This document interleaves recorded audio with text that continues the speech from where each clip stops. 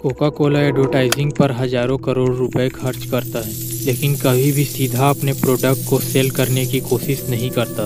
वो हमेशा एक आइडिया बेचता है, हैप्पीनेस, हार्मनी, टुगेदरनेस। लेकिन कुछ लोग कहते हैं कि ये सब एक डिस्ट्रैक्शन है, एक सच से ध्यान हटाने का। कोका कोला कंपनी पर कई सीरियस एक्यूजेशंस लग चुके हैं, जैसे डिजीज, ड्राउट्स, एक्सप्लोटेशन और भी बहुत कुछ। तो तैयार हो जाओ, हम एक जर्नी पर जा रहे हैं कोका कोला के 3 सेंचुरीज में फैली हिस्ट्री के थ्रू। हम जानेंगे कि कोका कोला कैसे दुनिया के सबसे पॉपुलर ब्रांड में से एक बना और उसके पीछे कितनी बड़ी कीमत चुकानी पड़ी। क्योंकि एक बात तो पक्की है, तुम सिर्फ शुगर वाटर बेचकर एम्पायर नहीं बनाते जब तक लोगों को असली सच नहीं बताते।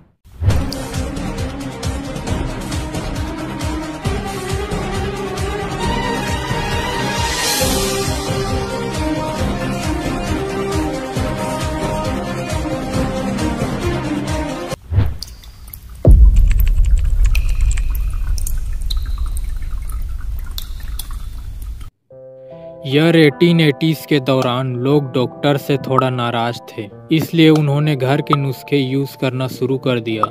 इस मौके का फायदा उठाया कुछ चालाक बिजनेस वालों ने, जिन्होंने ऐसे मैजिक पोशंस बनाने शुरू किए जो दवा के रूप में बेचे जाते थे। क्लेम्स ये थे कि ये हर बीमारी का इलाज कर सकता है, लेकिन असली सच ये था कि ये ड्रिंक्स मोस्टली बेकार और खतरनाक केमिकल मिक्स्ड होते थे।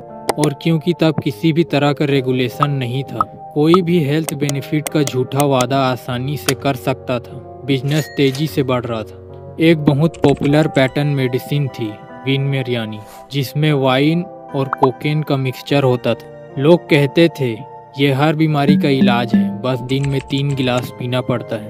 और एक इंसान जिसे ये ड्रिंक बहुत पसंद आई, उसका नाम था जॉन पेम्बर्टन, एक वॉर वेटरन जिसे जंग में बहुत गहरी चोट लगी थी। डॉक्टर्स को लगा कि वो जिंदा नहीं बचेगा, इसलिए उसे मॉर्फिन दिया गया पेन कम करने के लिए। लेकिन वो बच गया, पर मॉर्फिन की एडिक्शन लग गई। फिर जब उसने विन मेरियानी ड्रिंक किया तो उसे लगा कि ये उसकी मॉर्फिन एडिक्शन को कम करने में हेल्प कर रहा है, और वो सच में बेटर फील करता था। पर यह किसी हीलिंग के वजह से नहीं, बल्कि वाइन और कोकेन के नशे के वजह से था। जॉन पेम्बर्टन खुद एक केमिस्ट था, तो उसने सोचा क्यों न अपना वर्जन बनाया जाए। और बस ईयर 1884 में उसने लॉन्च किया French Wine Coca, basically Vin Mariani का कॉपी, कुछ नए इंग्रेडिएंट्स के साथ। लेकिन पेम्बर्टन कोई धोखेबाज नहीं था, वो अपने प्रोडक्ट में विश्वास रखता था, बस उसकी टाइमिंग बहुत ख़राब थी। सिर्फ 1 साल बाद कुछ स्टेट्स में प्रोहिबिशन लग गया, अल्कोहल पर बैन, तो उसे अपनी ड्रिंक से वाइन निकालनी पड़ी और रिप्लेस किया कार्बोनेटेड वाटर से। लेकिन बिना वाइन के ड्रिंक का टेस्ट काफ़ी कड़वा हो गया, इसलिए उसने उसमें बहुत सारी शुगर यानी चीनी मिला दी ताकि टेस्ट ठीक हो जाए।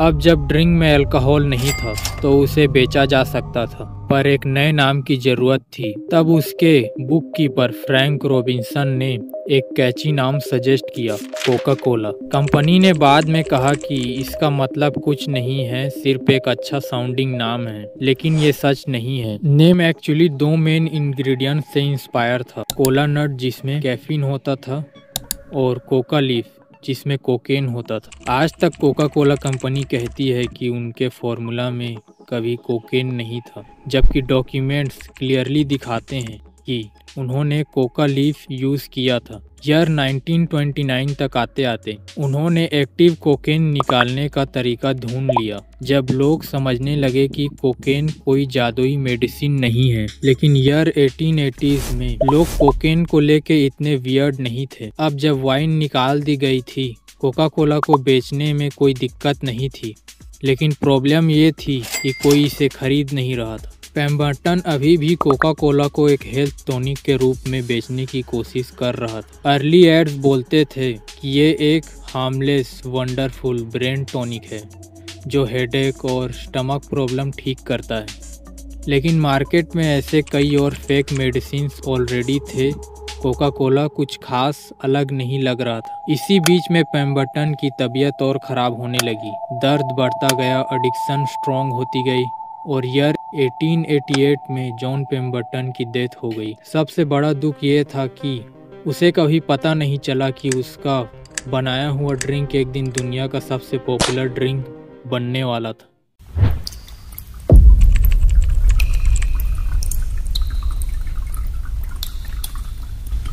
पेम्बरटन की डेथ के बाद कोका कोला की ओनरशिप एक कॉम्प्लेक्स मेस बन गई। उन्होंने अपना फॉर्मूला और शेयर्स कई लोगों में डिवाइड कर दिया, लेकिन एक आदमी ने धीरे धीरे सब खरीदना शुरू किया, एसा कैंडला। उसने पेम्बरटन के फैमिली मेंबर्स और पार्टनर से शेयर्स खरीद लिए, कुछ तो चीप प्राइस पर, और आखिरकार ईयर 1891 में एसा कैंडला कोका कोला का सोल ओनर बन गया।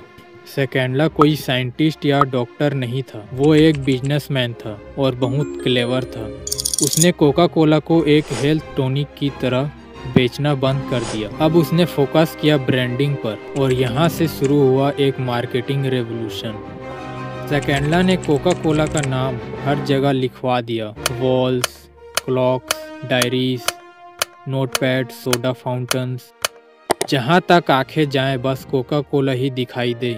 ये टेक्निक उस समय के लिए काफ़ी नई थी, प्रोडक्ट को हर कॉर्नर में विजिबल बनाना। उसने फ्री सैंपल्स भी बांटना शुरू किया, लोगों को टेस्ट करने दिया बिना कोई पैसे लिए। इससे लोगों को कोका कोला की आदत लग गई। और सबसे बड़ा गेम चेंजर, कैंडला ने कोका कोला को बोतल्स में बेचना शुरू किया। पहले तक सिर्फ सोडा फाउंटेन्स में मिलता था, लेकिन बोतल के आने से कोका कोला हर जगह ले जाया जा सकता था, घर, पिकनिक, ऑफिस, और इसलिए डिमांड बढ़ती गई। कैंडला ने कोका कोला को रिफ्रेशिंग ड्रिंक का इमेज दिया, सिर्फ एक टॉनिक का नहीं, एक लाइफस्टाइल का। लोग इसे इंजॉय करने लगे, सिर्फ हेल्थ के लिए नहीं, टेस्ट और रिफ्रेशमेंट के लिए भी। ईयर 90s के शुरुआत में कोका कोला एक रिकॉग्नाइजेबल नाम बन चुका था, और एसा कैंडला की वजह से कंपनी ने एम्पायर का रूप ले लिया। लेकिन यह तो सिर्फ शुरुआत था।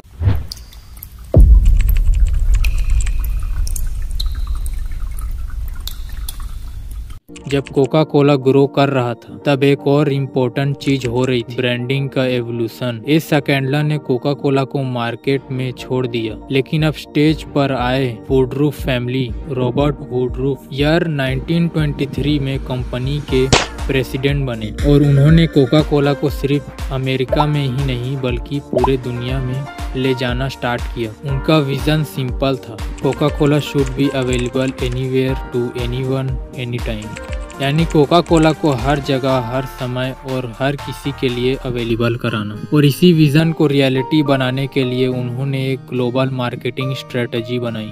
उन्होंने Coca Cola trucks, vending machines, freezes सब डेवलप किया, जिससे कोका कोला हर कंट्री में इजीली डिस्ट्रीब्यूट हो सके। उन्होंने इंश्योर किया कि कोका कोला की क्वालिटी और टेस्ट हर कंट्री में सेम रहे, चाहे आप न्यूयॉर्क में हो या टोक्यो में। और फिर आया वर्ल्ड वॉर 2। ये एक बड़ा टर्निंग पॉइंट था। यूएस आर्मी ने कोका कोला से कहा, हमारे सोल्जर्स को कोक चाहिए, वो भी 5 सेंट्स में, चाहे जहां भी हो। तो कोका कोला ने एक बड़ा कमिटमेंट किया। उन्होंने 60+ मिलिट्री बॉटलिंग प्लांट बना दिए। बॉटल जोन्स के आसपास सिर्फ आर्मी के लिए।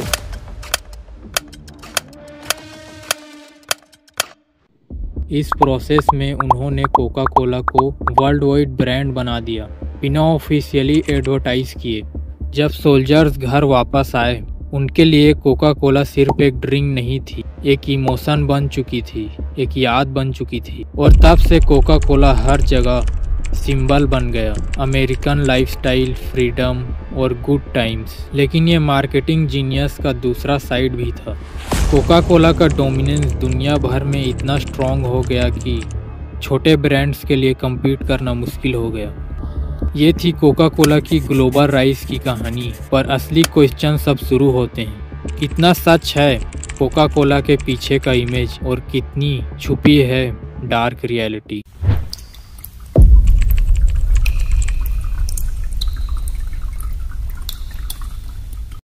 कोका कोला दुनिया का सबसे रिकॉग्नाइजेबल ब्रांड में से एक बन चुका था, लेकिन जैसे जैसे ब्रांड का नाम ऊंचा होता गया, वैसे वैसे कंट्रोवर्सीज भी बढ़ती गई।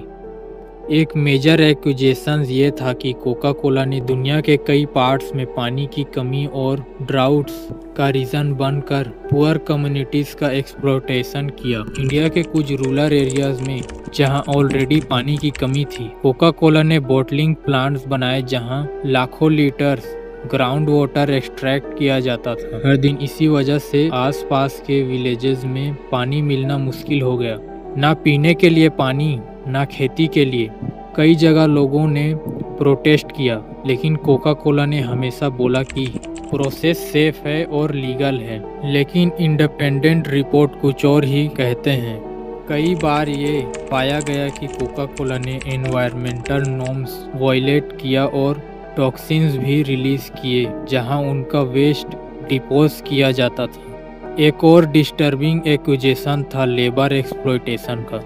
साउथ अमेरिका में कोका कोला पर इल्ज़ाम लगा कि उन्होंने कुछ यूनियन लीडर्स की किलिंग में इनडायरेक्टली सपोर्ट किया, क्योंकि वो लोग अनफेयर लेबर प्रैक्टिसेस के अगेंस्ट आवाज़ उठा रहे थे। हालांकि कोका कोला ने इन सब एलिगेशंस को रिजेक्ट किया, फिर भी पब्लिक इमेज पे असर पड़ा। लेकिन सबसे आयरॉनिक बात ये थी कि कोका कोला एक ऐसी कंपनी थी जो हैप्पीनेस, यूनिटी और टुगेदरनेस सेल करती थी, पर पीछे कहानी कुछ और ही थी। वाटर रेड, वर्कर का सप्रेशन और नेचर का एक्सप्लॉयटेशन। कोका कोला एक सिंबल बन गया था, सिर्फ रिफ्रेशमेंट का नहीं, कैपिटलिज्म, पावर और प्राइस का।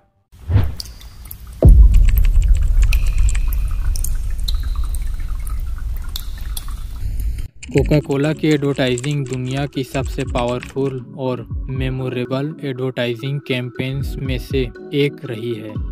उन्होंने कभी डायरेक्टली अपने प्रोडक्ट को बेचने की कोशिश नहीं की। वो बेचते थे एक feeling, happiness, sharing, family, love जैसे स्लोगन्स थे, या फिर क्रिसमस एड्स में सेंटा क्लॉज के साथ एक मैजिकल वाइब। इन एड्स ने कोका कोला को एक कल्चरल आइकन बना दिया। जब आप कोक पीते हो तो लगता है आप किसी मूवमेंट का हिस्सा हो, पर असल में प्रोडक्ट तो वही था, शुगर वाटर। आज के टाइम में कोका कोला के क्रिटिक्स ये कहते हैं कि ब्रांड सिर्फ डिस्ट्रैक्शन क्रिएट करता है ताकि लोग हेल्थ इफ़ेक्ट्स या कंपनी की अनएथिकल प्रैक्टिसेस को इग्नोर करें। क्योंकि सच ये है कि कोका कोला के प्रोडक्ट में हाई शुगर कंटेंट होता है और कई रिसर्च स्टडीज़ ने इसे ओबेसिटी, डायबिटीज़ और हार्ट प्रॉब्लम से लिंक किया है। लेकिन जब भी हेल्थ ऑर्गेनाइजेशंस ने वॉइस उठाई, कोका कोला ने कई बार रिसर्च फंड किया जिसे ये प्रूफ हो कि उसका प्रोडक्ट हेल्थ के लिए हार्मफुल नहीं है। लेकिन कॉन्फ्लिक्ट ऑफ इंटरेस्ट क्लियर था। अगर आप अपने प्रोडक्ट के सपोर्ट में रिसर्च फंड कर रहे हो तो रिजल्ट बायस हो सकते हैं। तो एक तरफ कोका कोला का इमेज है हैप्पी फैमिलीज और आइस कोल्ड रिफ्रेशमेंट, और दूसरी तरफ reality, health risk, environmental damage और कॉरपोरेट पावर का मिसयूज। अब सवाल ये है, क्या हमें सिर्फ इमेज देखकर खुश रहना चाहिए या रियलिटी का भी सामना करना चाहिए?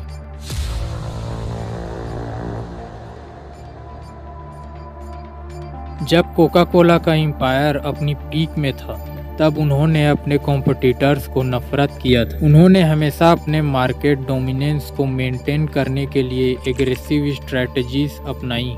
एक बड़ा केस था पेप्सी चैलेंज, जिसमें कोका कोला ने अपने राइवल को डायरेक्टली टारगेट किया।